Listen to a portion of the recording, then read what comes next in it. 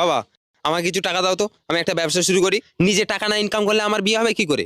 এই তুই বিয়ে করার জন্য টাকা ইনকাম করবি? দেখতে দেখতে 25 বছর বয়স হয়ে গেল আমার, এখন বিয়ে করবো না তো কি বুড়ো বয়সে গিয়ে বিয়ে করবো?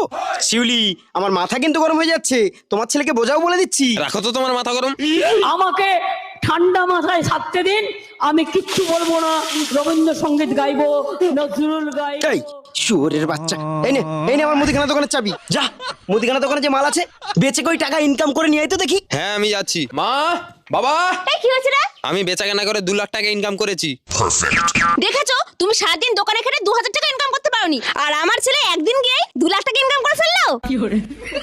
সত্যি কথা বলতো বাপ, আমার দোকানেও তো 2 লাখ টাকার মাল ছিল না, তুই কিভাবে এত টাকা ইনকাম করলি? মাল সহ দোকান শুদ্ধ 2 লাখ টাকায় বেচে দিচ্ছি। কি